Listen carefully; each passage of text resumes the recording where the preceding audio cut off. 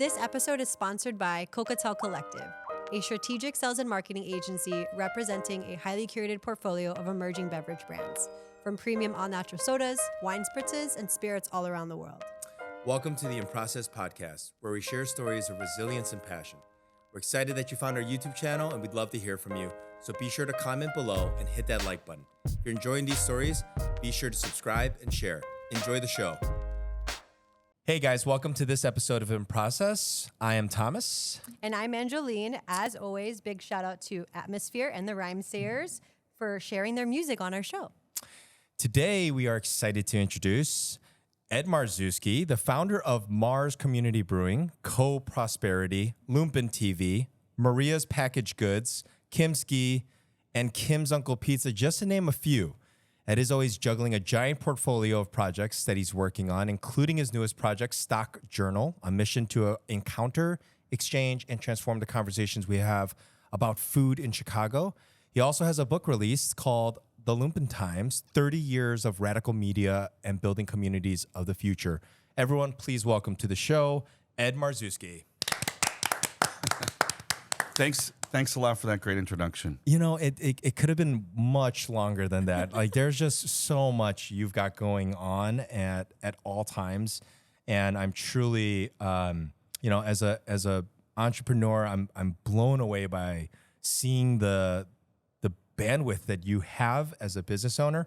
But I want to take it all the way back in the beginning here for those poor folks at home that do not know who Ed Marszewski is.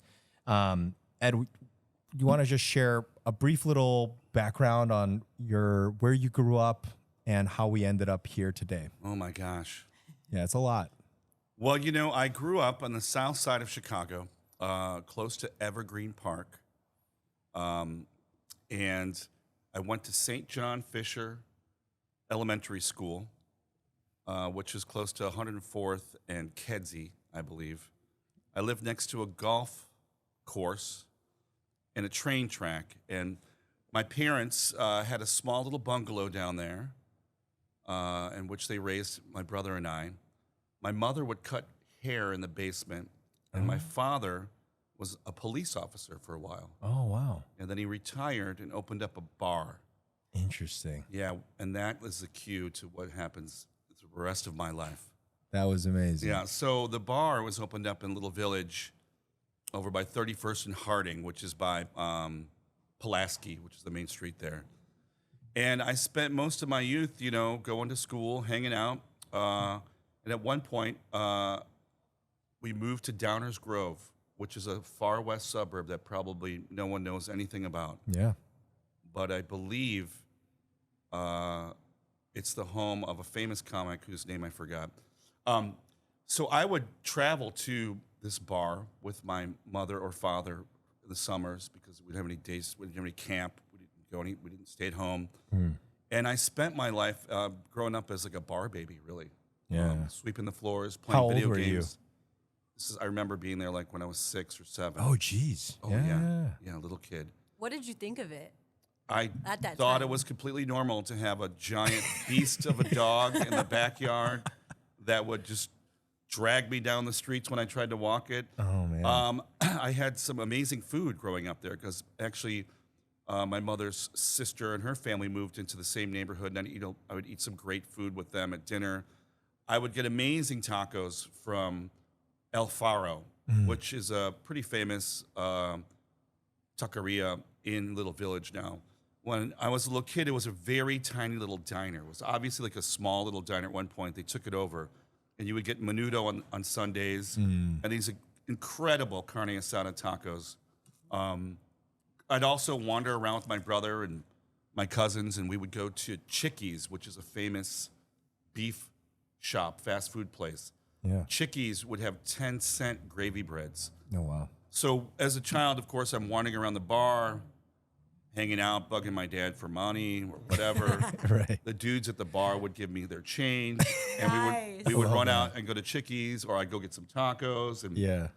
I spent a lot of my life just being like a small business owner's kid, being Yeah. part of the business. I remember really early on, they're like, just sweep up the basement or do just work I was basically the free child labor that every Yeah. immigrant dream. family wants to have. Right. That's You know? actually so crazy because when I was growing up, I would go, I didn't even think about it until now, but I would go to a bar with my dad and his sister because their friend owned it. And I would just, it was a dive bar, and I would just hang out there and like put coins into the jukebox. Exactly. And I didn't see anything wrong with it No, at no. all. You Until didn't think, right now, I'm like, that yeah, sounds weird. it's kind of weird letting your children roam around a bar when they're like, under whatever, teenage years. And, I would play in the basement with beer boxes, for Christ's sake. I mean, it was nuts. Yes. Forts with like old style Yeah, boxes. and there was another building attached to the bar. The bar had an apartment and another building and a garage. My brother and my cousin opened up like a hot dog stand when they were 12. That's insane. Older brother. My older brother, yeah, they would work. I would help, but I was useless. I had another cousin who was in the garage and was way into Taekwondo and martial arts. Yes. He would build these beds of nails by himself, like Oh my hammer these. God. And he was just an insane Bruce Lee inspired Yes. martial artist. So, and then of course it was just a old man bar. Yeah. It was for retirees, and just the neighborhood at the time was still Polish and Mexican. Yeah, it was pretty nuts. It was pretty intense. I think about those days, getting some tamales out of my brother's, hot dog stand, and it was pretty wild. Yeah. It was pretty wild. And it wasn't called Maria's back then. This isn't even Maria's. Not Kaplan Liquor. Oh, okay. No, this is Jim's 31st Street Inn. No shit. Yeah. Okay. So my mother took over the bar because my father passed away. Okay. He died from complications of, so many different things. But yeah, he passed away. My mother took over the bar. It's a Korean woman, Right. immigrant to America, 2 kids, right? Yeah. Husband dies. Yeah. She's cutting hair in her basement, right? She takes over this old man bar. Yeah. And essentially, that's where I spent a lot of time going back and forth to work with her for a while. When my brother was older, he would watch me in our house in Downers Grove, and my mother just worked 24/7 to try to keep us, Yeah. housed, fed. So it was pretty intense. Yeah. But yeah, going to the bar, I mean, it's it's crazy. It was really nuts. I mean, people were really nice. I didn't remember feeling unsafe or anything was wrong with the place at all. And then Maria sold that place to a friend of hers, or a friend of the family, Gene, I believe his name was. And Gene took over the bar. Maria then invested and purchased her own first beauty salon, her legit beauty salon. Wow. Yeah. And then she got involved with, some friends, and they bought a strip mall in Chicago Ridge. So I don't know if your parents were involved in this, but did you ever notice your parents or your mother or your father going to a meeting with 20 other people, and they all just threw a bunch of cash on the table, and then one person would gather it all? Right. I think it's called the Gay Club. Have you heard of the Gay No, system? we spoke on this once before, but yeah, it's unfamiliar. But the idea is the same. I mean, like they all moved here. They're all trying to figure it out in this new country, and there was a lot of that. I don't know if about that particular ritual, but I mean, I know my mom was involved heavily with the Korean community here in Chicago, and one of those things was like raising money for Chungbu Market. My mom was like one of the early investors in there, That's because beautiful. the halmini was like, my grandson or my son wants to do this thing, and it's like Koreans just kind of was like, hey, let's help, Yeah, that's true. And this was a mechanism for, at this point in my life at least, my mother was the president of the Korean American Wives Association of Chicago. So a bunch of Korean ladies would get together at some awesome Korean restaurants. Oh yeah. I'd have to, I was young, and I always had to go to these meetings. And these women would just lay down like $500, $1,000 each. They would gather the money, and then one person would get all the money each month to open up a business, or invest in a project, or buy a house. I also learned how to hustle, and I would massage all the aunties' shoulders for money. Yes. Like $1 to $5 was the rate. Yeah. Yeah. Oh my God. Yeah. That's so I'd buy I my. would pay for a massage. You know, I'd get my Botan rice candies at the stop, and Yes. you know, it took place over by Lincoln and Belmont, the Korean restaurants under the train tracks there at the time. So that's kind of like how I was just integrated naturally, just growing up, being part of a small business. Being part of a family business, seeing these ways of microfinancing things, not even knowing really what it meant, but it would just play a large role in the rest of my life, obviously. Yeah, the seed was planted early on. Yeah. I love that. And So aware. But the coolest thing is, by the time I was like a young teenager, freshman or something, sophomore, I was driving. My mother opened up the House of Kim. Which was her dream project that she wanted to do with my father. Yeah. Which was a Korean and Japanese restaurant. Oh. Complete with the tea rooms, 4 tea rooms, custom built by my cousin. There was a pond with a bridge over it. Of course. We had a little turtle and the fish. Like old school, what is luxury Korean, Japanese dining, right? I love that. There was like a little, there was an event space. There was a sushi bar. Man. It was really intense, and that's my technically my first waiting gig was at the House of Kim. I love that. Yeah. That's so cool. That's really crazy because I read your intro and I was like, wow, it's such a beautiful story, and I think the intro started in the 90s or late 80s. Oh yeah, this is prior to even getting to this stuff. Yeah. Which is so crazy to me because I don't think I was that aware when I was young of like what my parents were doing, but now I clearly see that you're connecting it or the connection through it. I'm curious about the half Polish, half Korean. Are there any like business, maybe like traditions or mindsets that are kind of like opposing or complement each other from those two cultures? Gosh, I just remember, being aware that I was a mutant Korean Polish person as a child, right? Yeah. Being different, living in the South Side in a predominantly European American neighborhood. Yeah. Definitely ran into that at an early age. Yeah. And in fact, I remember distinctly my father teaching me how to box and fight as a second grader. Yeah. Going to this Catholic school. Oh, man. And remember having to meet kids at the bell tower to beat the shit out of them because they're socialized kids are as brutal. Little racist Kids little are fucking shitbags. brutal, man. I mean, we could talk about race in Chicago, and one of the things that I realize is that people just don't like anyone who's like at the next school, the next, the next block. Like, people are taught to be very tribal in a kind of working class neighborhood, right? And accepting difference took a while here in Chicago, at least. My mother's generation was the first generation from Korea to come in, and I'm like, the second generation. And the children I was growing up with, they were cool. Most of them are cool and they're great, but some are just, complete idiots, like the people who grew up today to become supporters of the insanity of the orange one. Right. I believe those people never learned from being a 10-year-old or a 9-year-old how to respect other human beings. But I remember breakfast, lunch, and dinner with all the banchan, crazy amounts of food at the table all the time. Yeah. Right. And now I'm admitting that I'm a bad Korean.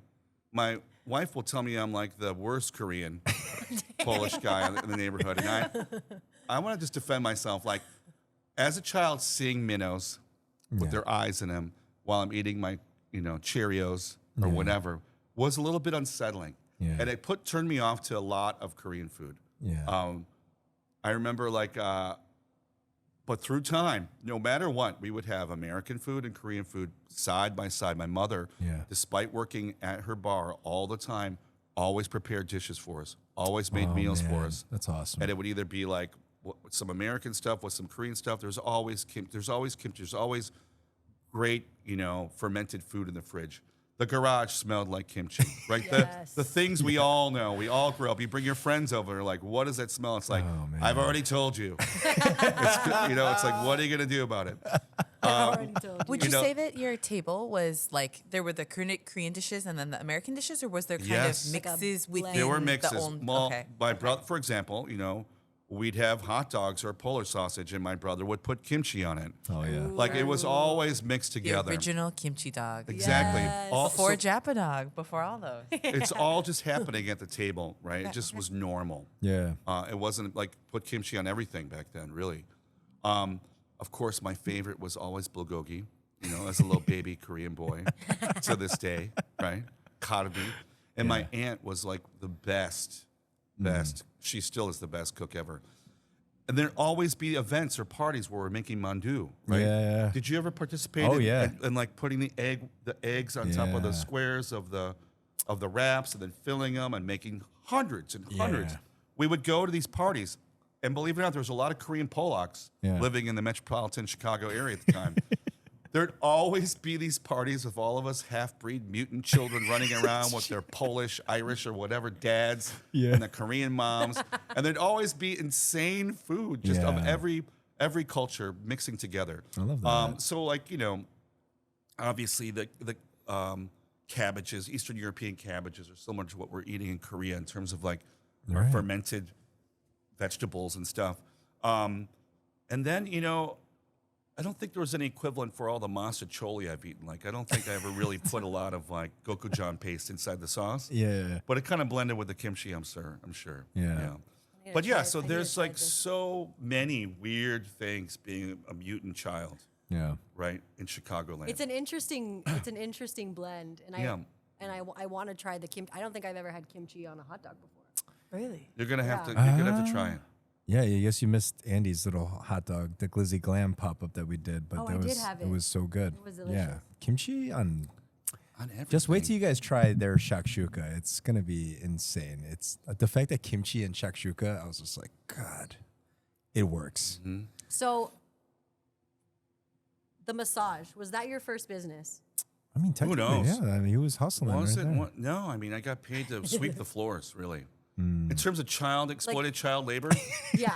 Yeah. Well, like your own, like, Yeah, what was- Oh, entrepreneurship. that was just impromptu Right. stuff. I mean, I don't even consider that like. But the mindset Maybe was an there. auntie asked for a rub, and then all the other ladies were laughing, Yeah. like, I want one. And I would Really ask them all, and they'd laugh, and it was fun to give me some coin. I love that. Yeah. When was that first? Let's fast forward a little bit. So, what was like that first thing where you were like, "Hey, I kind of have. I wanna figure out something for myself." When I guess, what was your first entrepreneurship endeavor that you were like, "I'm going for this"? I gotta admit that I kind of resisted being part of the system. Oh, right. Okay, like Yeah. I hate to share this, but like I actually hate capitalism. Yeah. And I actually despise it so much. While going to school at the University of Illinois, I turned into an anti-capitalist Yeah. progressive. But at that time, I was pretty much converted into believing that there was a chance for us to get engaged with the American population to talk about inequality, social justice, the rights, just the right for every human to have basic rights, right? Right. And by doing that, we realized that we had to participate in just what was going on with the economy. There's no way to escape, or there's no way for us to escape capitalism or Right. the types of jobs or the work that we're doing. So I started the Lumpen Times with some friends, Yeah. which was a publication that was essentially agitprop to kind of like highlight and emphasize more radical ideas about how we could shape our future as a country, as a society, as a populace. And we accepted advertising dollars to pay for the publication. So my first job, real job, entrepreneurial gig, Yeah, you're selling. as a salesperson, selling ads. Yeah, sadly. Yeah.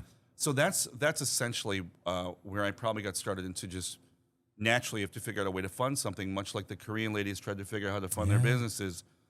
Well, how do people fund these publications or things? I think that's where it all started, and that's the biggest mistake I ever made. Yeah. Yeah. Does that help? Yeah. I mean, no. the thing is, artists don't understand, or activists, or people don't understand that they're entrepreneurs, that we have this in us. The reality is, artists, for example, are entrepreneurs. They're constantly trying to figure out ways of sharing their work, Right. selling their work. Right. They would like to sell their work, right? Yeah. And I actually started off in university as an art student and dropped out and got into political science and history, and then was way into the revolution. Yeah. And started that publication and moved to Chicago and got a gig as an intern at In These Times, which was a biweekly Democratic Socialist newspaper run by Mr. Weinstein, Jimmy Weinstein, a famous lefty activist, journalist, publisher. So that kind of spirit of just doing things yourselves, learning how to do stuff, just kind of has led to trying almost everything, right? Yeah. Without really worrying about what happens if it doesn't work. There's always something else to do. You could always try something else. Yeah. There's always a way to get involved with others or find a job. It was easy to find gigs, but most of my jobs were just bullshit jobs. I worked as a digital press guy at an agency. We would use their printers to put out flyers for our events. I would edit while doing my printing jobs. I would edit and write articles. Yeah. And in fact, that's how I get fired most of the time. Is I'm working on other work while I'm at my regular job. Right. I was writing a piece called Popogami, the art of putting puppets on your penis.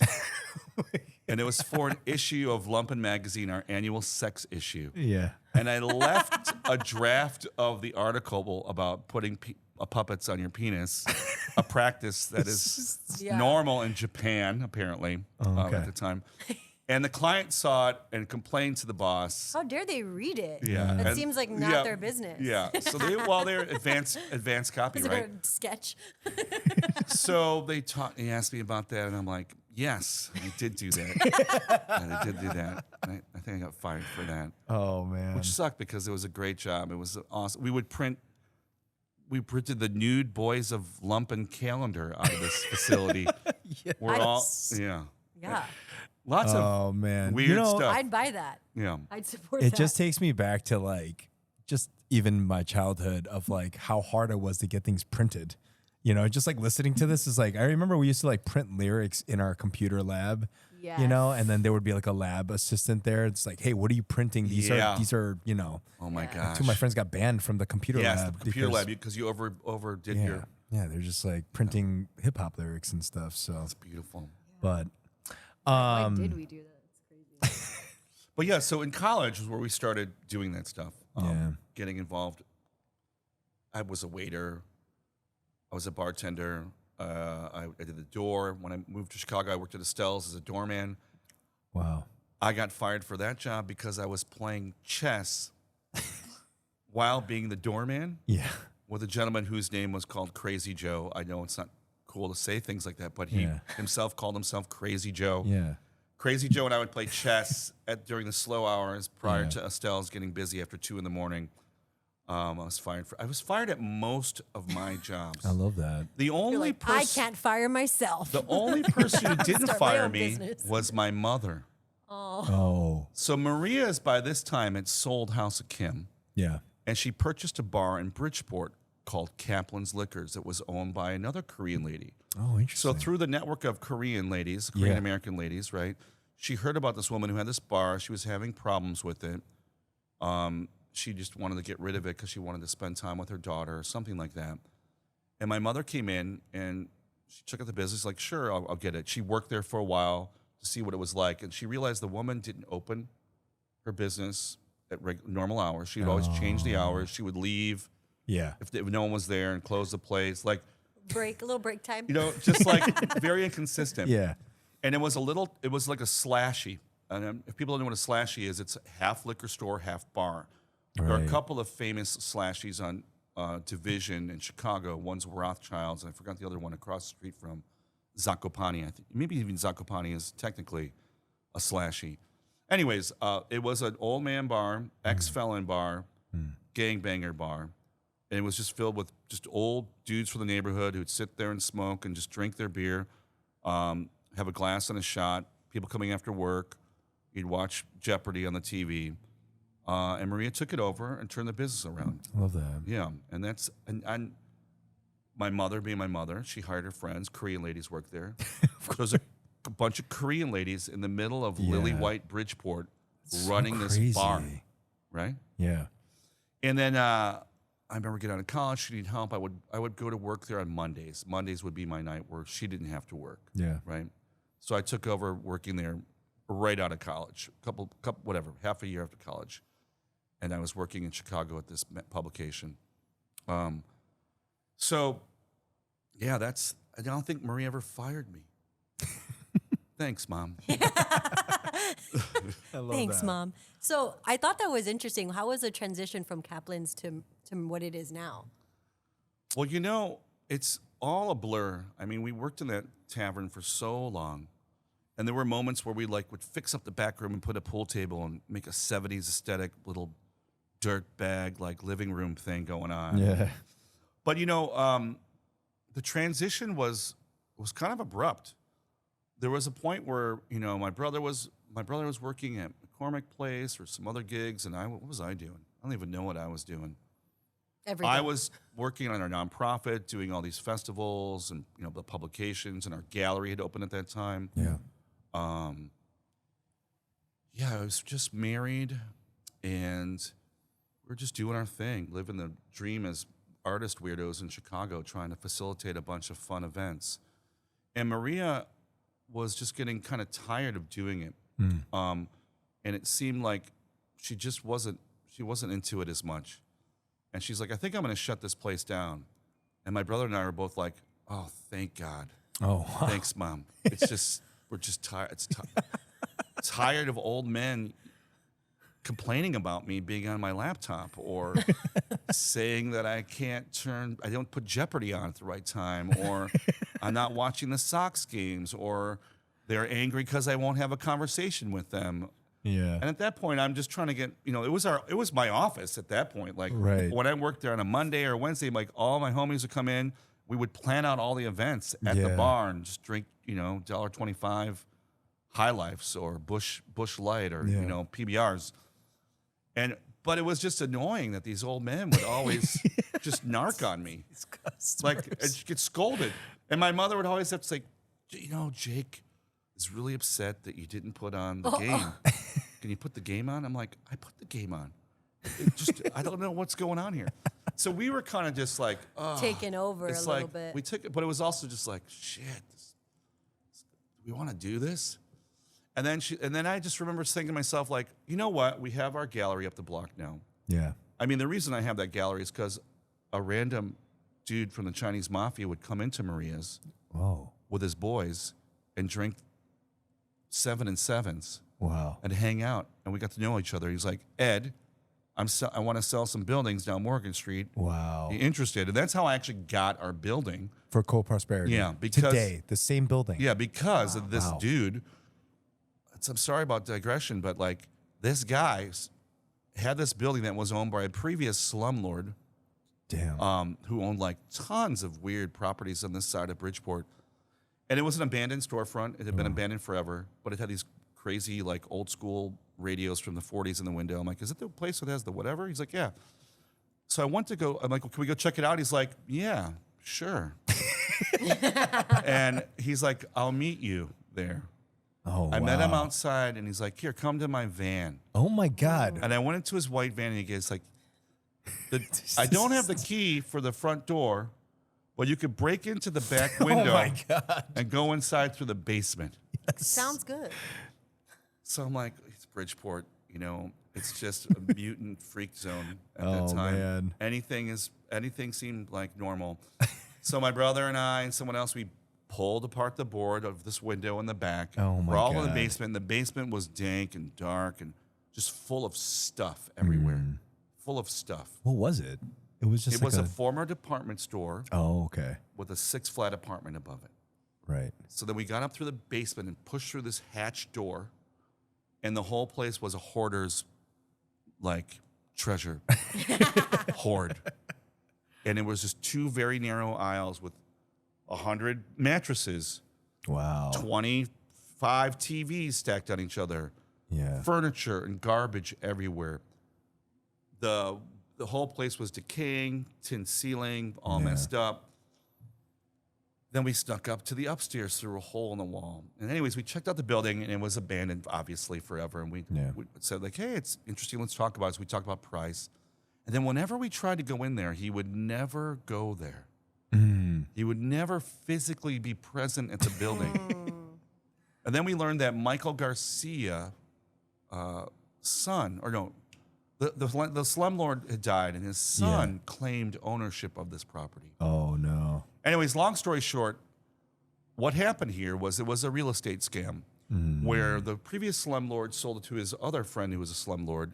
They would get the money from the bank and split the proceeds of the increased value of the sale. See. And they would constantly resell the property to each other at higher prices over time, increasing the value of it. Interesting. So there were 4 banks that had to be paid out when we got this product. Wow. So a really good real estate scam, if you guys want to know one, is like you sell buildings between each other to get construction loans to fix it. There you go. And inflate the value of your property.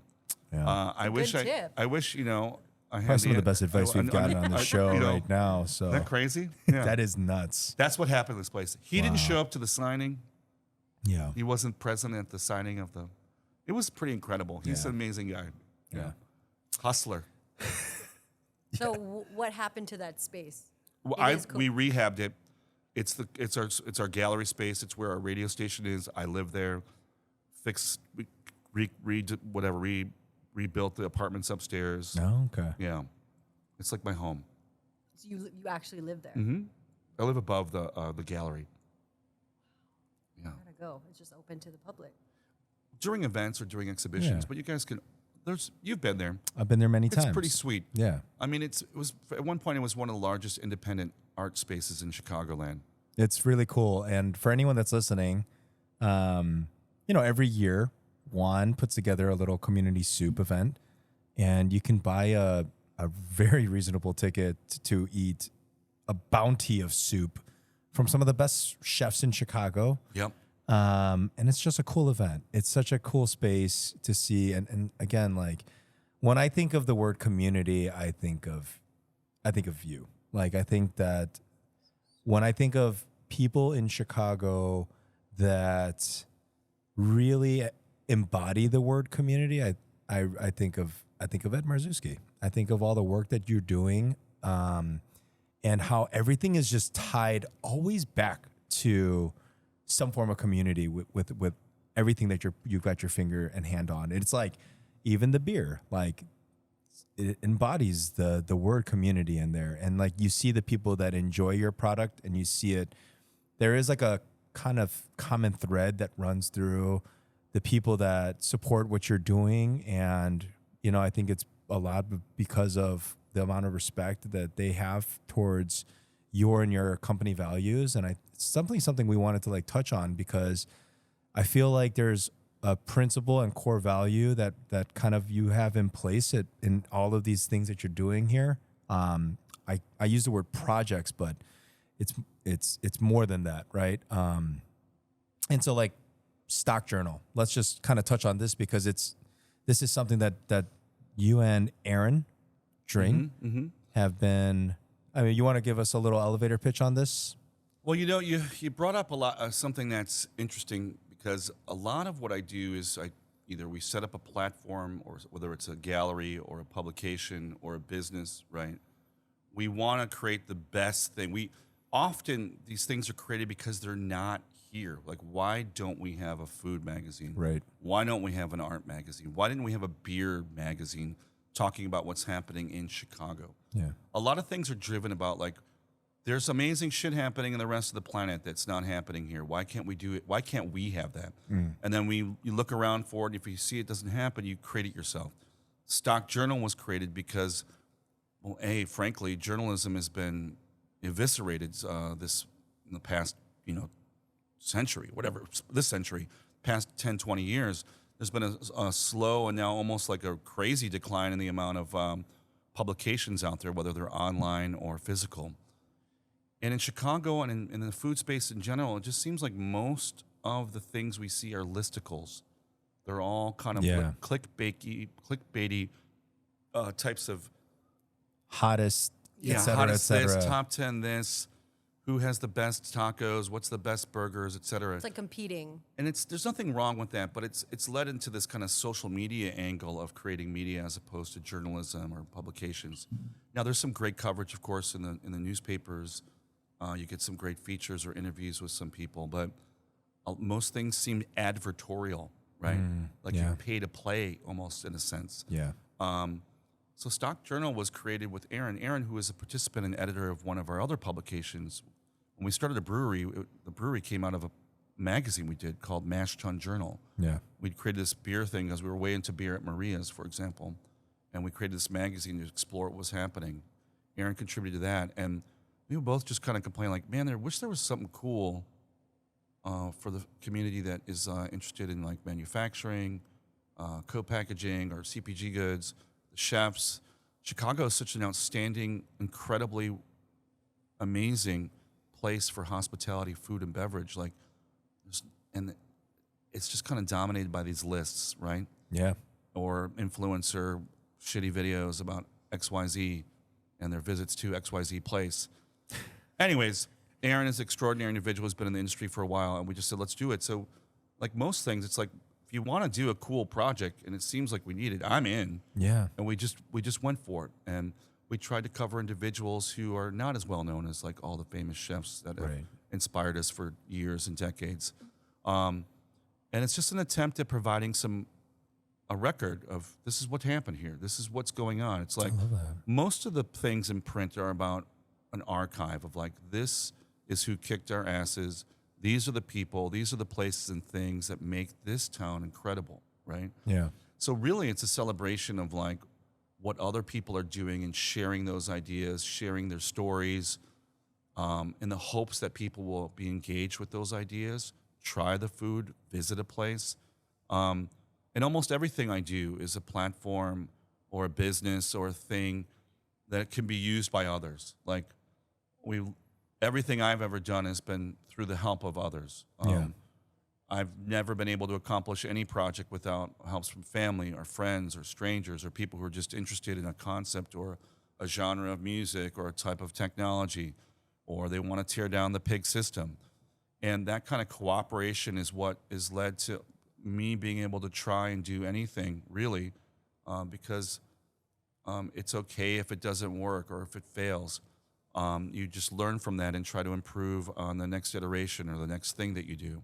So Stock Journal is an attempt to kind of highlight the moment we have right now, where we have no real journalism in Chicagoland except through the Sun-Times and the Trib, sometimes the Time Out. I believe there's 2 food Chicago blogs, right, that do a pretty good job. But most of these stories are about closings or who's hot. Yeah. It's not about telling a longer story. It's not about thinking about our histories. It's not about dreaming about the future of what food could look like or what sustainability looks like in Chicago. So that's the hope for Stock Magazine, for example. I love that. Stock Journal. And if people wanted to subscribe to this, right? Like, what is the best way for people to get their hands on this thing? It's just, you go to one of the websites. The sad thing about my existence is that there's so many freaking projects. There's so many goddamn websites.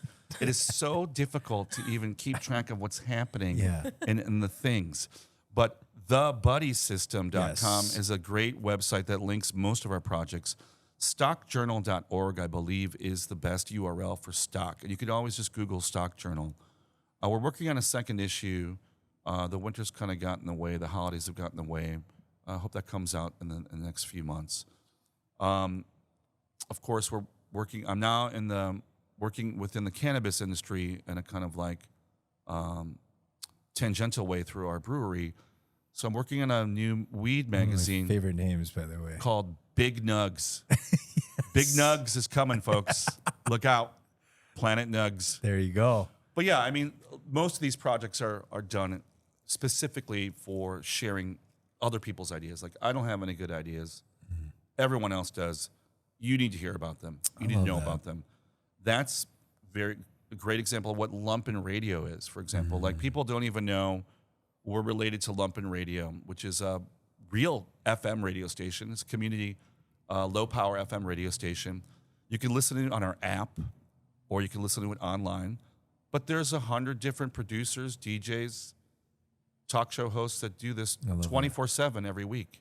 So crazy. There's just an ongoing 24/7 radio station going on in our gallery with freaks and weirdos and people who are just completely obsessed with a genre of music or just extremely talented in whatever field they're in. We have people who have talk shows about what's going on in Chicago politics. We have kids from high schools talking about what the issues in their lives. Wow. It's like really great community radio. And so all these things are really just ways of amplifying to others great ideas. Yeah. Or critiquing what's wrong or what with the system or what we're working in today. Yeah. I feel like community is a big part of it. Do you have any values that you kind of go back to when you're deciding whether to take on a new venture? You know, the use of the word community is like, you know, has like whatever, quintuple entendres for me. But when I think about a community, it's something that happens kind of organically or something that you form intentionally. Or if you're in the industry, you're part of it automatically. Right? So there's different ways of what community means, but it often just starts with a couple of friends hanging out together, thinking about an idea, right? And just going for it. And then the other friends become involved and that network expands. It could be a professional group of like a bunch of brewers or nerd home brewers getting together who formed and artists and designers who just got together and said, we're going to do this thing. But the core values are really just being inclusive, hearing other people's ideas, giving that a platform. And if it doesn't work, you accept that and you move on, or you try to improve upon the ideas. It's to help each other. It's about mutual aid in a way. But it's also trying to help people succeed and also fulfill their own dreams. So collectively, we're working together, but individually, a person might want their own thing, and you want to help them develop their own thing. So start by writing in one of our publications. Go ahead and edit your own publication. Go start your own thing. What can we do to help create the groundwork for something that you want to do in the future? With brewers, like with chefs, we've had so many pop-ups at Kimski working with Chef Juan Kim. The collaborative spirit there. We've had so many pop-ups that have helped other chefs realize whether or not they even want to do this crazy business. Right. We've helped so many people just get an idea of what it's like to do this, for a day, or then for a week, or then maybe a month. For brewing, we've helped many brewers start their own breweries by letting them brew in our facility, bringing it to the market, and they go out and do their own. Yeah. Our current, we have 2 brewers right now at Marz, for example, who are starting their own concept called Barra Brava Brewing, a kind of like football, soccer-themed concept. And they brew for Marz, and they also brew their own stuff. Like, the idea is to use what we have, because not everyone has an opportunity to start, a multi-million-dollar brewing facility, or they don't have connections in printing, or they don't know how to design something. So I just try to share everything I know to people who just basically are human and are cool. Right. If you're a douchebag, if you're a person who's just a kind of more me, less you type of person, I'll hang with you, but I will never do anything with you, right? And you can detect those people. There's a division going on in society. This kind of polarization that we see through our politics is also evidenced by the culture itself, where, we're driven by this singular desire to be number one and to crush others' wealth, status, likes, over basic human rights, community, make sure everyone can get health care, that everyone has a job. Like, we have a division of like more me, less you, and then like, can we all just get along and be human together? Right. And as that polarization accelerates too, we keep teaching our children and ourselves that being a neglectful person to others is cool. To hurt others, to shit on others, to trash others, to vilify the other is cool. We're Koreans. I'm half Korean. Imagine if we were Koreans today trying to get in this country. Right. And all of a sudden North Korea decided to wage war or whatever. Americans don't know the difference between North and South Koreans. Right. They wouldn't know what the hell we were. We would be vilified much like the immigrants from South American countries are. Yeah. And there's this kind of like fomentation of hatred of the other through a large segment of our population. It's just typical. It's what I grew up with as a child. in the city of Chicago where we're taught to hate each other for our color of our skin, or you didn't go to the right school, you live on the wrong block. That basic tribal bullshit is something that's coming back today. Anyways. Do you have a moment in your career that you feel like you made a step towards changing it for the better? Well, I don't know if I have a career necessarily in anything, life. but the thing is I've always been part of movements or groups of people that have done extraordinary things, and I've been very lucky to be part of that. You know, one of our jokes that we say is that Bridgeport is the community of the future, right? What you see this concept of the community of the future in this book, for example. All the things that we've worked on, these projects, the publications, the festivals, the art things, the starting of these, you know, pop-ups, the projects themselves, the businesses, all led to a kind of softening and a kind of like, I guess I would say, evisceration of these bad ideas of how it is to live in a place. Bridgeport was once known as like a very lily white, racist, dangerous place to go to if you're a person of color. Over time, since I've been there, and even prior to that, there have been more Asian Americans moving in, more Latin Americans moving in, where it's become one of the most diverse neighborhoods in Chicago, but also a very tolerant neighborhood. If you were queer or a person of color going to Bridgeport, you would be chased out. You would be very frightened of being there. My mom's bar was the only bar that allowed different people of different colors, ethnicities, etc., to hang out together. My mother would not tolerate racist shit or violent behavior or discussion in her bar, so she would ban people who were idiots. Yeah. And through doing that, she created a very safe environment. And that safe environment is also what we created when we took over and made Maria's from Kaplan's. And that kind of like that idea of making people feel safe and welcome, giving them a place to hang out where they could, you know, hang out with old mutant dudes from who are ex-cons to like you know, young Latin American kids to Asian Americans who hang whoever you are, you're welcome there. I believe that we had an impact on the neighborhood of Bridgeport by showing that this neighborhood no longer was dangerous. It became a safe place. Yeah. It became a cool place because the reason why we were able to do it is because Bridgeport was very affordable. You could afford to live there. Rent was cheap. Storefronts were cheap. Property was affordable. There were large warehouses that were underutilized. We used all the spaces we could in Bridgeport in cooperation with all the different artists and small business people there to create a spot where you could spend the day and check out different businesses. To this day, it's still, you know, pretty cool neighborhood. It's unfortunately, like most places in Chicago, real estate prices have gone up pretty extraordinarily where it's not as affordable as it used to be, right? And that becomes a big problem too. Another side thing is that when it becomes, if it becomes expensive to live somewhere, it kind of kills cultural production, kind of kills experimentation, and kills the ability of young people who are going to put their life into a thing to grow a project, whether it's a retail business in a shop or a restaurant, right? Yeah. But yeah, I would think that just being part of all these different groups and communities helped me understand that our role was to use our places to promote those values.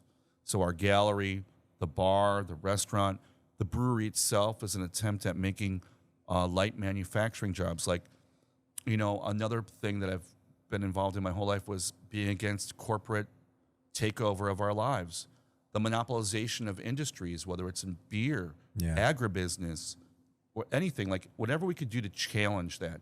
Independence can challenge these larger kind of conglomerates and oligopolies in the various industries that we work in. So by being part of the movement of craft breweries, independent breweries to take on big beer, seemed natural politically, philosophically, was to take part in that battle, right? But also our drive to excel is to kick your ass with how amazing our stuff tastes. Like, whatever the hell we're working on, I'm very competitive still too. Yeah. It has to crush everyone else's stuff. I want to destroy anyone else's whatever they're doing. Right. And it's a friendly competition, but I honestly feel like our shit has to look better, taste better, our environment's cooler, our interiors of our spots are more beautiful than yours, our publications are sick. Everything we do is based on a pursuit of excellence or leading or like an avant-garde kind of aesthetic paired with like awesome vibes, historical aesthetic values. So that's unfortunately the Korean Polish part of me, right? Right. I'm not really a good commie at all. I'm conflicted. Like the younger me would probably smash the windows of Marz Community Brewing. Oh man. Right? You know, because the younger me didn't realize you kind of need a job in order to fight the system. Yes. You kind of need a base. You need money to tear down the pig system. You need money to create propaganda. You need money to start a thing. You need money to feed your children. In your such good information for in your some introduction, young kids. you use the word prototopia. Yes, because and I've never heard that word before, and I would love if you could. I mean, I'm gonna mangle it in a way, but prototopia is like an ideal utopia because utopians always go bad. Utopians turn sour. It's like too perfect, like Pleasantville. It doesn't exist. Yeah. Dystopia is what we get, right? Right. A prototopia is like prototyping what a future could be like. Yeah. It is actually doing the small things that you'd like to see in a utopia. It's like the steps towards that. Does that make sense? Yeah, absolutely. So prototyping, prototopia, right? So when you create a business or a bar, are you being fair and equitable to your employees? Right. You making awesome food from sustainable products? Are you supporting your local vendors over corpo shit bags from whatever, from wherever land who sells cheap shit? How are you supporting the ecology of your place? Like, you guys make the decision. Lots of small business people make that decision consciously to support local, to support independent, support monopoly, oligopoly systems. Right. Like it's so hard for us to compete on pricing. It's so hard for us to compete in general versus like, PepsiCo or, Nabisco, a company that owns everything. Right. Like if you developed a food product and wanted it in a grocery store, they're essentially going to tell you it's going to be this price or it's not going to be distributed. They determine the future of your product. They determine the value of your product. You have no say in a sense. So you become a kind of like enslaved to the system to create products and things that will work within the shitty system that we live in. Right. Right? Right. How do you do an end run around that? How do we create things that are open systems or allow people who didn't have the means to do something? How do you support those who don't have funding, people who can't get loans? Like if you look at the cannabis business, for example, it's a cash business. They created this business in Illinois to be run as a social equity project, as a way for people who are most affected by the war on drugs, right? The insane, horrible war on drugs, which was basically kind of a racist war on people of color and poor people to imprison them, right? Because they're no longer valued to society. So we made these laws that said we give equity to people of color to have the first applications for these dispensaries and industries. Turns out, if you can't get a bank loan, you're never going to open up your business. So you wind up selling everything to the man who imprisoned you in the first place.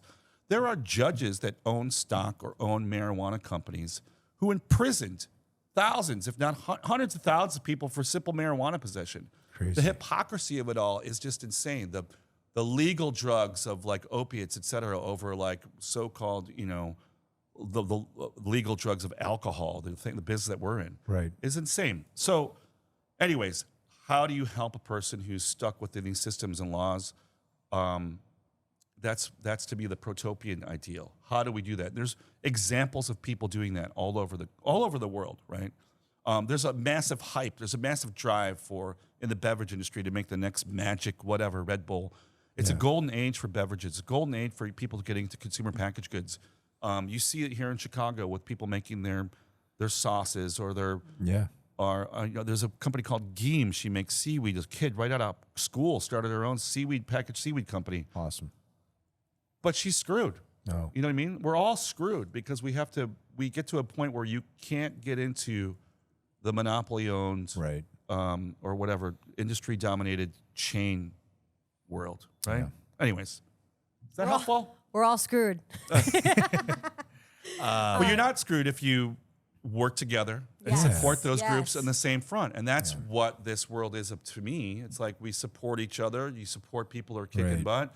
You give people a chance. That's why I love Chicago. Yeah. You could come to Chicago and create anything you want. You could do anything you want if you just try. Yeah. Right? And I think that's something you support, not just like through words and through all these things. But one of the things I was thinking of, one of my favorite collabs that you've done, it was seeing Ajuma Rising on one of your cans and seeing it's so many of the things you've just mentioned, seeing a community group highlighted. And I feel like just even the pride in having this product that you can, it's a community group, but there's a product now associated Yep, with it. That's yep. been super cool. And even to be able to like look down at your can and see hunger, to see Korean writing is super, super cool. Yeah. I'm so glad you pointed that out because that's why we're here. That's what we have to be used for, right? We want to do stuff like that. It's important for us to use our platforms to help other groups out, and we support hundreds of community groups a year through our brewery. I mean, I can't even tell you. Right. It's just really an enormous amount of people get some of our products for their events, for their fundraisers, for their raffles. And that's important to me as well. Yeah. Because when I was super poor, doing art, running our events, trying to pay for a monthly publication, we would have events and we would accept donations Yeah. for our product at the events. And those donations basically paid for everything. Right. The donations paid for the printing. It paid for the gas bill. Yeah. It paid for the rent. Yeah. And I did that for a very long time. Yeah, I think the takeaway, like for me, like seeing and just hearing about, I guess if people don't understand the scope of, and I think impact is like an understatement. Like we've seen here firsthand, even on the show, people that you've been a part of their life and have completely changed the trajectory of what they were doing. And it is incredible to see, not just like through your like words and understanding like what you guys have done here, but like Margaret has been on the show and is a direct correlation to the resources that you guys have provided over there. I even see like the correlation with even you and Juan sometimes. Like I saw a post that Juan made the other day, and it's just like, it's so in line with what you guys all believe in over there. And it was Black Friday, and I think he was like throwing out this post like, hey, I know you guys are all about to go drop hundreds of dollars with these massive companies to go buy your, Christmas gifts. He's like, take a moment and just go find a small business to go buy something for your gift. And like, I haven't forgotten about that post. Like it's just one of those things where it's like, wow, we really need reminding of this, because it's so easy to fall into this idea and system of consumerism through these large, easy to order on your phone, but like just the impact that you guys have made. I mean, you were talking about giving people resources like, pizza, fried chicken, right? Like Kim's Uncle Pizza is the direct correlation with, you guys sharing your space and your resources with people that are giving this a try. And it's like, the list goes on and on and on. And I think it's incredible to see how much, you've already accomplished, in your efforts of making this new kind of future of a community down there, and like all the work that you guys have done. And it's incredible to see the body of work. I can only even imagine what it's like to try and manage all of these things. But, kudos to you and your entire team, because I understand it takes a big, big collective effort to get all of this work done. And we're incredibly grateful to have someone like you and your entire team here in Chicago representing this place and this city. And cannot say enough good things about what I've seen already. So we're always incredibly proud to work together on these things and be a part of what you're doing, and just kind of like, being a participant in that. So it's cool. it's really sweet of you to say all that. That's so nice. Thank you. Absolutely. Oftentimes when you're doing this work, you just don't think anyone gives a shit about anything, right? It's like you're working on kind of like You're in your own tunnels. You're doing these things. So I appreciate that. Thanks so much. Yeah, absolutely. But you have to remember too that you made it happen. You were at the soup thing. Right. You did a pop up during the COVID. Right. We do it all together. Yeah. That's what's people have to understand. We do these things together. But it's funny you bring up the plant like with Juan's thing. It's like I was immediately thinking like people don't even know that we have a shop in the cultural center, the city's the People's Palace across the street from the Bean. We have like a 3,000 square foot retail store that only sells objects made from Chicagoans. That's so cool. You probably didn't even know. I didn't know that. Yes. So if you want to shop local, like we have the place that only makes products in Chicagoland or designed by Chicagoans and manufactured elsewhere, probably and sold here. But it represents the work of over 500 different artists from That is so Chicagoland. cool. What is this called? It's called Buddy. That tote bag I brought will remind you. But it's downtown, so I would check it out if you're down in the Loop, if you're going to the Cherry Circle Room, go to the Cultural Center, find our little shop, and support some local artists. I love that. But that's a thing. So when you do all these things, right, it's just, it's hard to keep track. Yeah. Where do you put your resources? How do you let people know? Yeah. It's really a weird thing. But I am very lucky that I work with so many great people, the different managers and the different leaders in the different organizations and groups, whether it's, Juan with Kimski and the assorted kind of food-oriented and events that we do, Alejandro Roman, my taproom manager, our brewers, the Aguirre brothers, our Tom Pie Carts who sells our beer. He's been with us since we started our beer magazine. These people are so important towards making sure that you could do more and keep the things together and keep the processes flowing and keep the platforms active and alive, Yeah. I'm just whatever, a little sock Hey. You're monkey, a just big part of Popo. this, man. So whatever. that's really cool. I just do karaoke. That's my gig. and you're That's incredible. my gig. That's my Incredible gig. karaoke. We're going to switch things up here. I've got a little segment that I'm super excited to do today because I need to throw a little intro in here while Mary's getting us set up here. So for the OG Kimchi Kids listeners out there, this is new to you. Our first podcast. Our original podcast. I remember. I know it. I know Kimchi Kids. so- What segment is this? So this is a segment that we will just refer to as the Lost Tapes, because what we ended up doing with every guest that we had on that show, almost every guest. So that's a lot of reviews. We used to end the show and then we would like restart this whole thing. Like the camera would stop. Oh, then right. Then we'd be like Post show. post show. Yes. So this would be the Patreon member extra bonus audio. Exactly. Yeah. But with the podcast dissolving, all of these amazing videos were destroyed, right? They're gone. So Are you kidding me? You lost the archive? Well, I mean, it's Yeah. I mean, I've encountered that over and yeah, over. Someone's got It's it. the worst. Someone's got it, but needless to say, they're done. But I wanted to bring it back today because I think that you might enjoy this. And Yeah. and so what it is it's our official cup ramen review, right? Mm-hmm.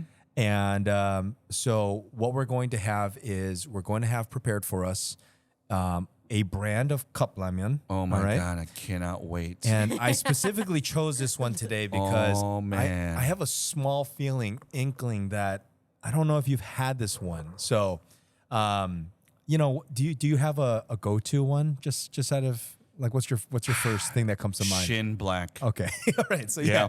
okay. So That's- you're just that's as my- passionate and enthusiastic about this as I am, which is great. Oh my gosh, I'm so excited. Are you in a But carbonara? Are you in a We're carbonara? not doing the shin black. Okay, So yeah. I wanted to Is pick it a- something that I thought you might not have had before. Oh, there's a lot. 'Cause Yes. There's so much. There's a lot of brands. There's so much. This is an exciting segment. So- I am just blown away. Okay, so I can't wait. here's how it works. Oh. It is okay for those of you that are listening. You can head over to our YouTube channel to watch this glorious Wow. segment here. So we're gonna rate this on a 5-point scale for 3 criteria. Right? It'll be the noodle. right? What you think about the noodle. The broth. The broth slash kind of flavor, right? And then the value, all right? And Okay. to have a little context, we were doing this, me and Andy shoveled down probably like 20 different brands of cup ramen during these during all the shows. during all these shows. That is important We've research. had some hungover chefs be like, let's go. This is very important. I'm so excited. Thank you. Okay, here we go. So Wow. So to give our listeners a little idea of what the hell is happening here, so we have 3 cup ramens in front of us. And for those of you, this is the instant, maybe if you're not familiar with cup ramen, instant noodles in a cup with a lid on it. Today's brand is from Otogi or Otugi, right, in Korean. And it's very famous in Korea. Are we mixing? What's the vibe? Yeah, so we're gonna mix. Yeah. You should mix, but Yeah. you know, you can do your own thing.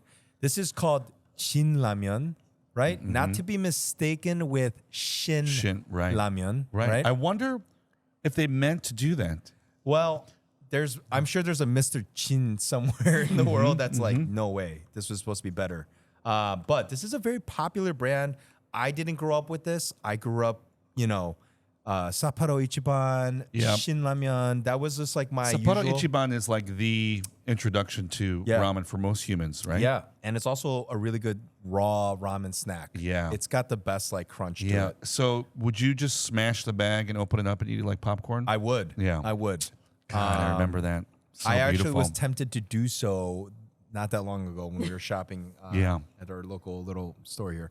I wonder why it's in English and then it's in French. French. Yeah, no. What? Parce Yeah.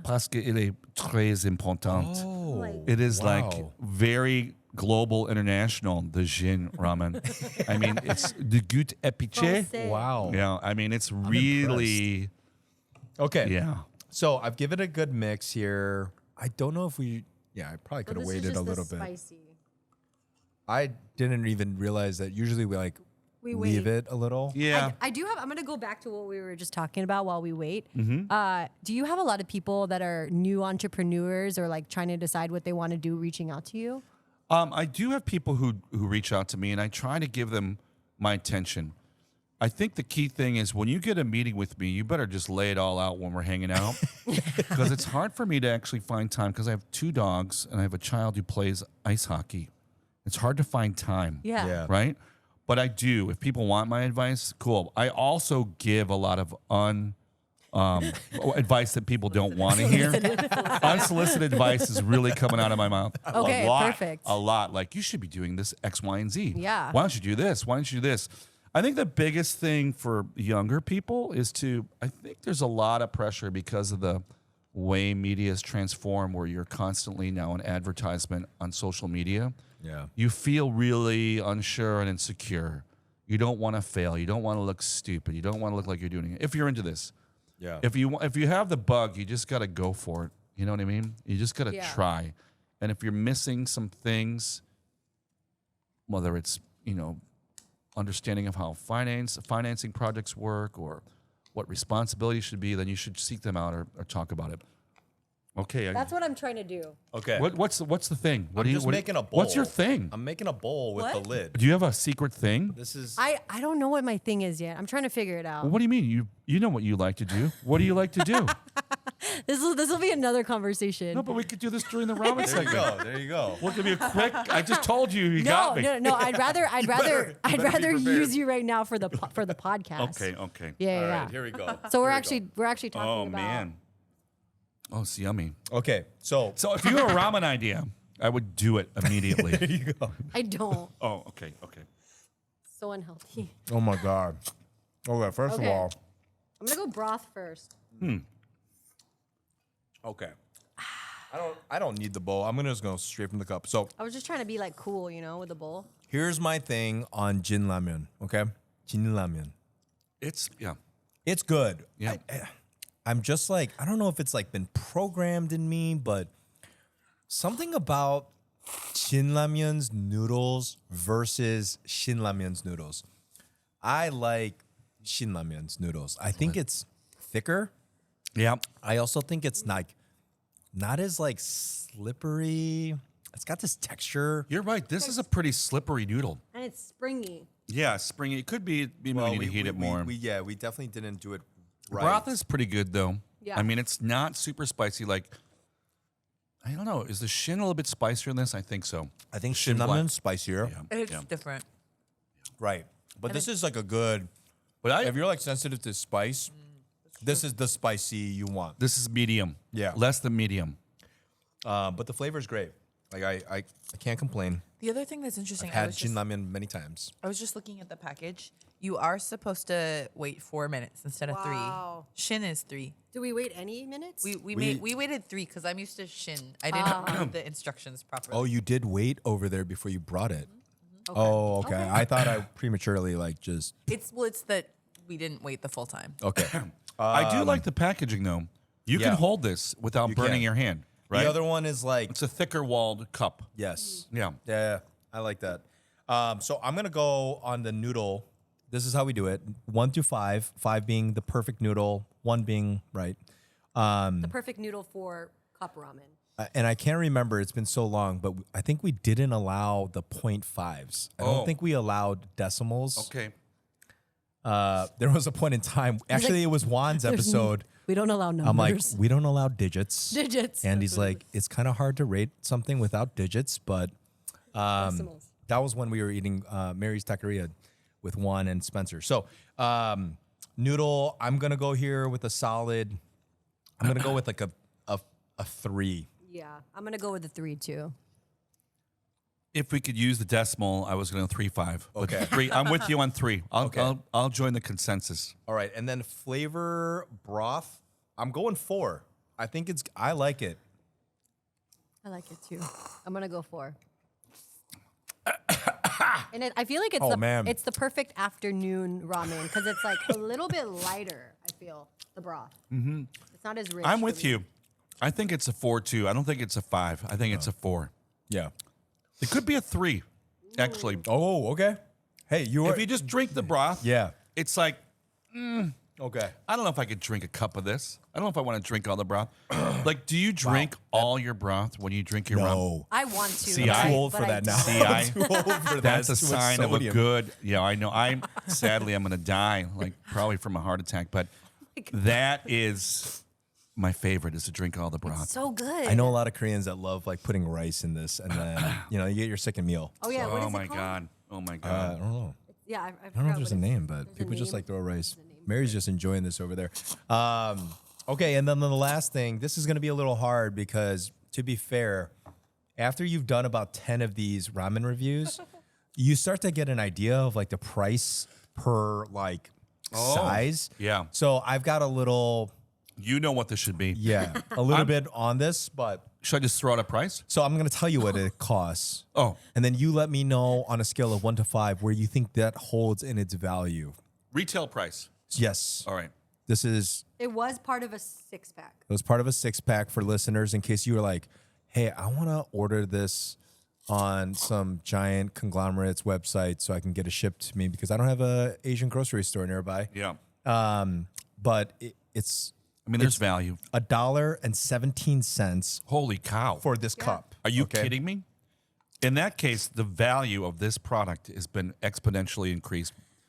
This is a great ramen for $1.20, Yes. $1.17. $1.17. This is excellent. Can you give us some context, Thomas, into Wow. our most cup ramens are about $1.17 now? Okay, I do want to. No, they're not, are they? No, they're pretty. So They're I will pretty say close. I this. would guess about 150. Two Yeah. tops. Yeah. So usually when we were doing this before, it fell anywhere from like $1.25. You gotta remember, this is the small. So Yeah, if this you're is a small listening, cup. if you're listening at Yeah. home, this is like there's Not- 2 sizes of Not cup the bowl. ramens. Not the bowl. Yeah, this isn't what we call yukgaejang, right? The The size, snack. the larger size. So this is $1.17. If I were to transport myself back 2 years ago to when we were doing this regularly, I would probably be at like a 4 on this. I'm gonna say 4. But I For get price? for the value? value, for the value. I'm giving it a 5. It's Okay. perfect. Yeah. I like it. So we've got the But, scores.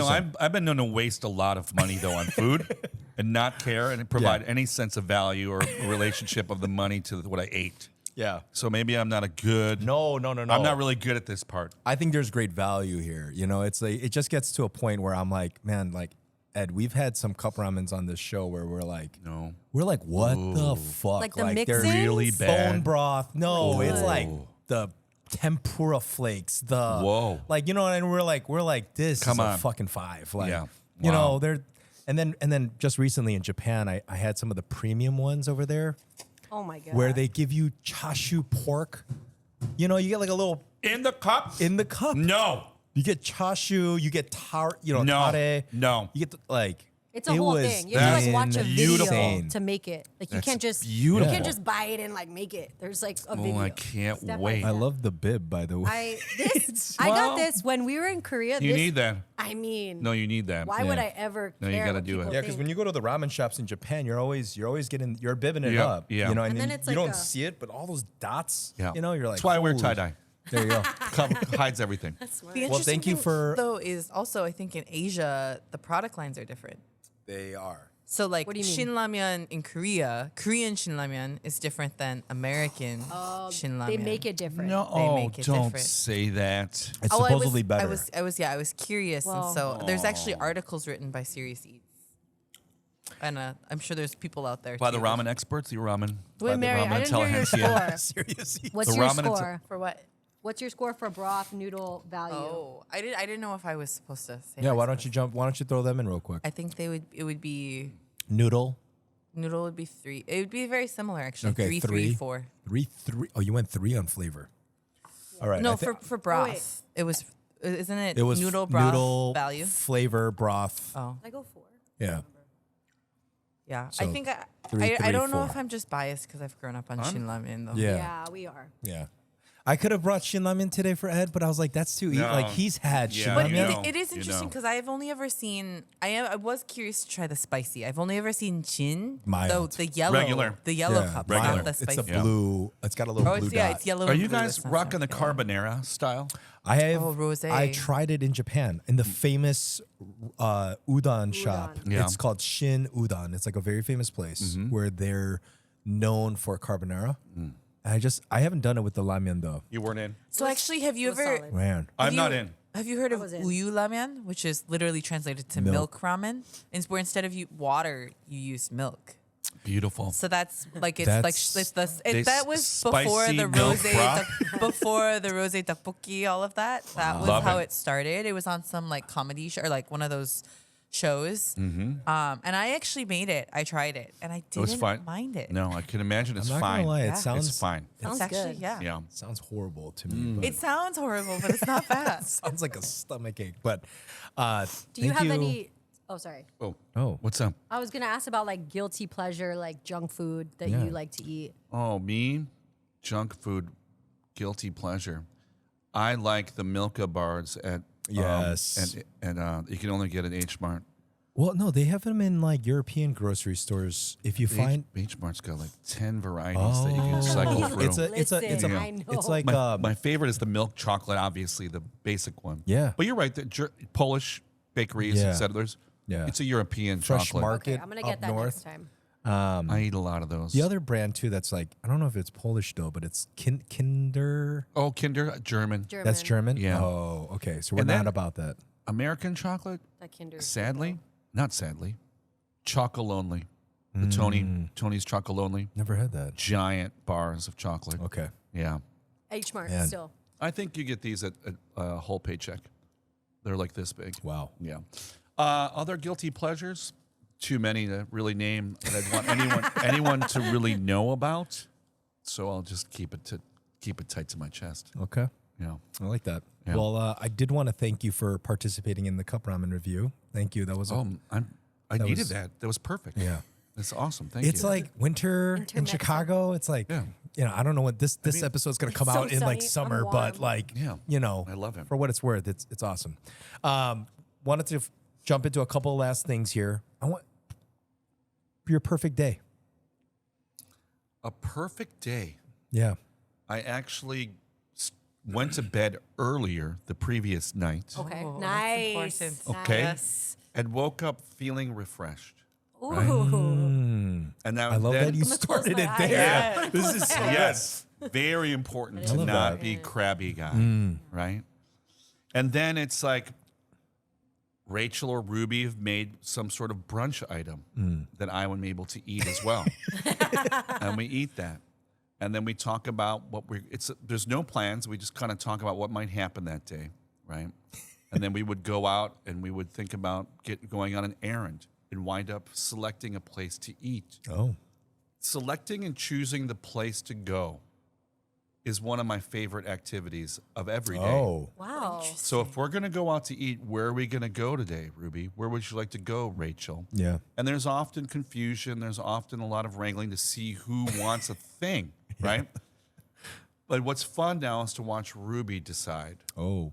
So wherever Ruby decides is kind of where we go, Yeah. because it's fun to see what's interesting and Yeah. what's new to her. What kind of mind, like weird social media mind control should she been has How old is seeped into she her now? brain? She's 13. Jeez. What's Okay. seeped into her brain to make her Yeah. want to go to this place or that place?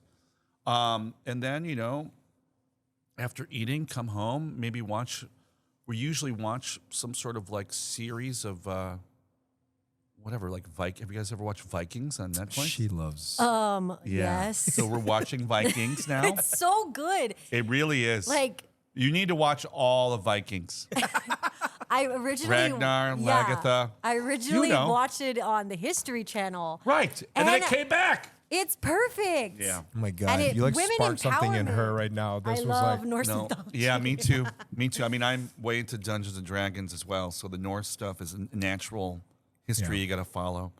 So But yeah, good. so we'll watch that, right? Yeah. Gotta go back to Vikings. And then maybe I'll, after dinner or whatever, I'll do something whatever, the doggies, we're hanging out with our doggies, walking doggies. Love my doggies. And then just chill, and then I'll eventually, because every day is this day, be playing a video game at about 11 o'clock at 11 p.m. I get online on Discord with a bunch of cats we know. Yeah. And we just kind of go in there and frag people together. I love that. Yeah. What is? But what that's does just a frag normal, mean? that would be a great day for me. I love that. Yeah. Which game? Frag. What is that? Shoot, kill. Yeah. Yeah. Do you wear the headset? Of course. And the mic. I would. And the it would be microphone. Yes, you have so to. good. Yes. If you guys, your little crew, like somehow intertwined with like this Perilla crew, there's like a There's a gaming There's a crew? little game, a gaming gang here. Yes. It would know, it'd be hilarious if that That happened. is possible. He's like, great idea. I've been wanting, my biggest joke is that even though no one does this anymore, but, if Marz ever closes, that round bar in the center is going to be a LAN gaming center. Ooh, bring the it'll be PC a button LAN, back. yeah, it'll be a PC bar that no one wants to go to, where everything I'll will be be there. broken. But it would be great to do a LAN thing, but there's not many. You still need a great internet connection because there aren't many games you could play now that are just connected to your hard drive. It's all cloud-based crap. Yeah. Sucks. I don't like it. Yeah, it's a bummer. I tried buying a game on the PS5. Like we just got it, and it's like the most complicated thing in the world now. And I'm too old, and I just gave up. Yeah, I don't know what to do. I feel like I bought that thing for nothing. It's like a giant paper. Well, if you have that, you need to play, it's a couple years old, but you need to play Ghost of Tsushima. Okay. Highly recommended. There you go. Is it 2-player? No. Oh. It's Trying to tear adventure-based. us apart. And then you could also, gosh, what else would I get for a PlayStation? Of course, Zelda. Any Zelda game. You playing Zelda? No. You gotta play Zelda. Okay. Switch off. Yeah. It's cool. And there's plenty of cool sports games, but Ghost of Tsushima is the best video game, kind of historically based in feudal Japan when the Mongol horde was overrunning the continent, Whoa. and they make it to this island of Tsushima. Wow. They invade Tsushima. And Are you then defending, your or are you- father's killed, but your uncle's captured. You're defending. Oh. And you spend the whole game liberating the island from the Mongol hordes. Wow. Yeah. Yeah, you. With my little history of Japan and Korea, I might just let them take it over. So Right? How about it? I want to hop over to some listener questions. We got two here. Sure. First one is from Daryl. I don't know if I'm saying his name right. Oman. Oh, yeah. Daryl Oman. Hey, Oman. Daryl. Hey, What's up, Daryl. man? Daryl's an incredible supporter of all things good. He asked, who is Reuben Kincaid? Well, Reuben Kincaid originally was on the Partridge Family. The character Reuben Kincaid was the band manager of all of the Partridge Family. So Reuben was kind of an affable, goofy manager who helped book the shows and help the family out. Yeah. Kind of surrogate, kind of like father figure kind of guy. I was given the name Reuben Kincaid by Dave Foss, a.k.a. Davey Force, a.k.a. the founder of Info Channel, Wow. which is a video art cable international television network Wow. that you could find online. I was booking shows in Chicago and booking tours in Europe with a lot of performers, and Dave called me his Reuben Kincaid, I love that. which was the manager. Yeah. And then I was able to become Reuben Kincaid for so many different people Yeah. that I created the Reuben Kincaid Artist Management Company. Oh, yeah. Where we would give formal advice to people, Wow. artists. We actually then became a gallery. We had a gallery within our gallery. Reuben Kincaid would travel to international art fairs, like in Rotterdam, and we would bring our artists' work and sell their work in art fairs and have shows all over the planet. And Reuben Kincaid then became a magnet in the fruit and coconut business. Wow. And was heavily involved in the craft beer movement that developed. Wow. Reuben Kincaid also was was a benevolent founder of Lumpen Radio, Yes. and he's on the executive board of producers, where he gives advice every Monday live on the air with Bobby Kahn and DJ LaDuce's Postmodern Talking Show. Reuben comes in. Professional broadcasters just talk for about 10 minutes about the industry. Yeah. So Reuben is he's also lives in Gerstadt. He has a hovercraft, I love that. Of course. and that it's often at the jewelers because it's broken. Right. Of course. It's because he bought it from that one guy we knew he didn't Yeah. he trust. Slumlord. So Reuben, he's kind of like he's an advisor to artists and people and entrepreneurs. He helps manage people's affairs. Yeah. And he's a professional broadcaster. I love He's a that. good guy. Good guy. And of course, he's a karaoke career. yes, he does. Yeah. Was that him in the video you posted, or was Yeah, that that's Reuben. Yeah, we look similar because all Korean Polish people look alike, right? Yeah, exactly. We got another question. This is from, you might know this person, McQuake01. Oh, yeah. Hi, Joe. Joe Collier. Sorry to reveal your true identity. Ooh. Sorry about that, should Joe. we bleep that out? Yeah, McQuake01 asks, how do you stay so fucking sexy? Well, Joe, I think it's a biased question. As you know, we both came from the same pond. I'm still drinking the water, Joe. Yes. Love it. I'll see you soon. All right. Hell yeah. For closing questions, the first one here is one of my favorites. Last meal on planet Earth. Well, geez. I mean, it's really easy. I mean, pizza, fried chicken, ice cream was named after the three food groups that Bridgeport people like to eat. Love that. And me being a Bridgeport guy, a Bridgeport fatty, I would want to have pizza, fried chicken, and ice cream too. Hell yeah. That was perfect. Yeah. And advice you could share with your younger self, what would that advice be? I thought about that because I remember seeing that question on one of your clips on your Instagram. Mm-hmm.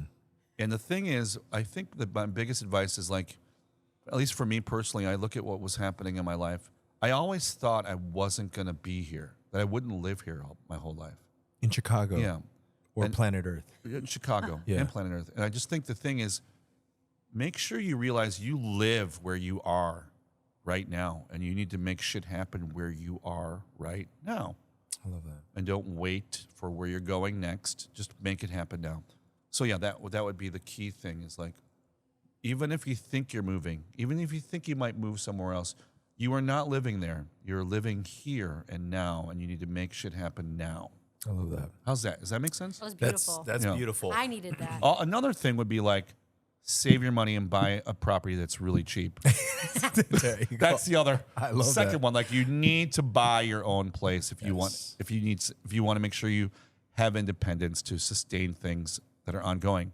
And remember, you can always sell that place, sell the thing if you don't want it. If you actually do move and go away, Right. But getting a thing early is very helpful. Love that.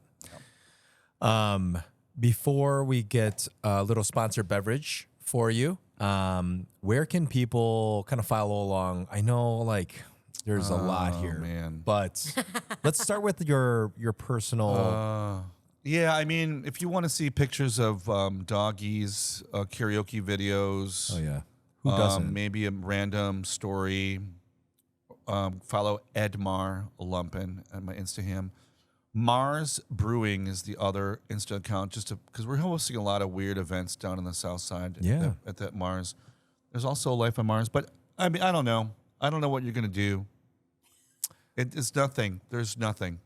Yeah. Come by, stop by. Just merely showing up to a place or an event is probably the most important thing you can do. Right. We all have to really show up and be present and go to things. I think that's that. more important than the social media thing, because without reconnecting, physical connection, seeing each other, knowing we're humans, knowing we exist, it'll be easy for us to be kind of corralled into bad, negative spaces by our feeds, I love that. I think.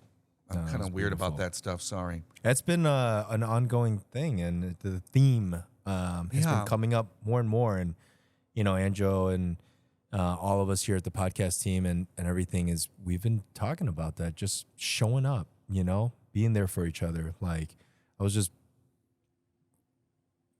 gloating with my team here about some friends of mine that I grew up since I was 12 years old, came by and threw an engagement party at Perilla, and I'm just like, amazing guys. I'm like, fuck yeah, so shout out to all those guys. Yeah. You thought of us. You wanted to hang. Yeah. No, it's beautiful when that A happens. long time. So That's a great moment. yeah, showing up. I love that.